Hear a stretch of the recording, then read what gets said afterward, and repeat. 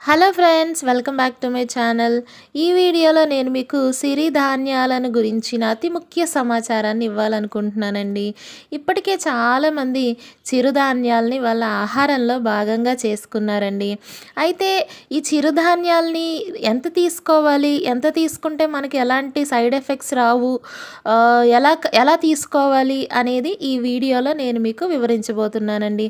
అయితే మరెందుకు ఆలస్యం, వీడియోలోకి వెళ్ళిపోదాం. మరి విజయనగరంలో మేము ప్రతి సంవత్సరం కోటలో ఉత్సవాలు జరుగుతాయండి.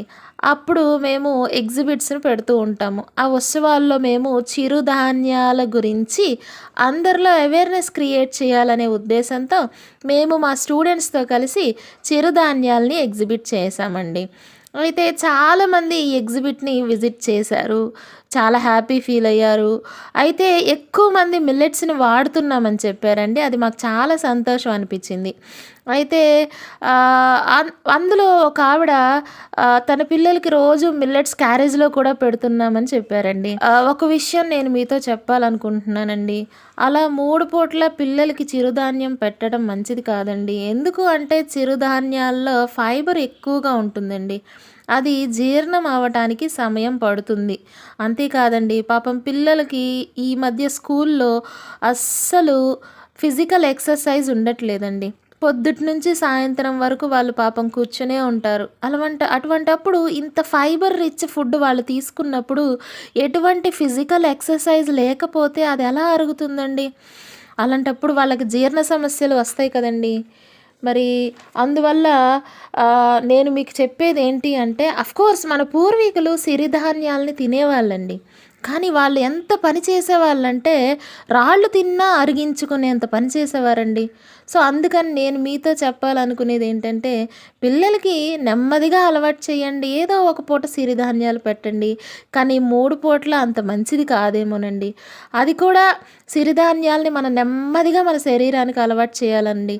ఎలా అంటే, మనం ఒక కప్పు రైస్ తింటాం అనుకోండి, స్టార్టింగ్ హాఫ్ కప్పు సిరిధాన్యాల్ని తినటం మొదలెట్టాలి. అంటే సిరిధాన్యాల్ని రైస్‌తో కలిపి వండుకోవచ్చు, దోసల పిండిలో కలిపి వండుకోవచ్చు, ఇడ్లీ ఏసుకోవచ్చు.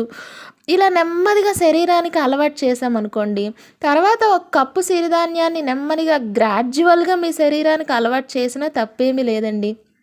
అలాంటప్పుడు మనం సైడ్ ఎఫెక్ట్స్ బారిన పడకుండా ఉంటాము.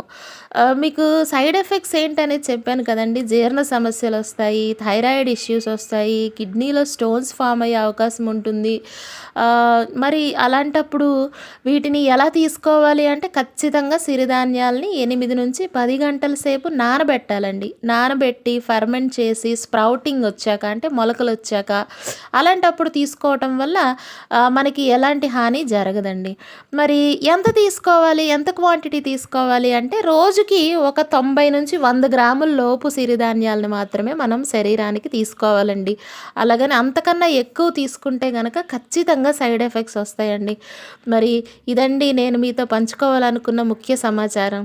Thank you so much. ఈ వీడియో మీకు నచ్చిందనుకోండి, ఒక చిన్న లైక్ చేయండి, కామెంట్ చేయండి. మీరింకా నా ఛానల్‌ని సబ్స్క్రైబ్ చేయకపోతే ఇప్పుడే సబ్స్క్రైబ్ చేయండి. Thank you.